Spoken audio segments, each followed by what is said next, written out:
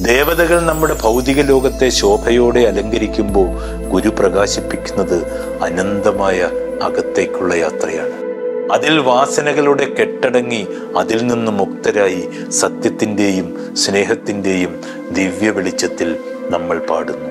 രാമായണത്തിൽ ഹൃദയസ്പർശിയായ ഒരു കഥയുണ്ട്. ജടായു ഒരു സാധാരണ പക്ഷിയായിരുന്നില്ല. സഹോദരൻ സമ്പാദിയും കൂടി കാട്ടിലെ മറ്റു ജീവികൾക്കെല്ലാം സംരക്ഷകരായിരുന്നു. സീതാലക്ഷ്മണന്മാർ പഞ്ചവടിയിൽ താമസമായ സമയം ഒരു ദിവസം ഉച്ചയായി. രാമലക്ഷ്മണന്മാർ വനത്തിലെവിടെയോ പോയിരിക്കുകയാണ്. രാവണൻ പുഷ്പക വിമാനത്തിൽ പറന്നെത്തുന്നു. സീതയെ അപഹരിക്കുമ്പോൾ ജടായു ആകാശത്തിലേക്ക് പറന്നുയർന്നു. ആ ചിറകുകൾ രാവണന്റെ രഥത്തിന് മുകളിൽ വിരിയിച്ചിരിക്കുന്നു. സർവ ശക്തിയുമെടുത്തുള്ള യുദ്ധം.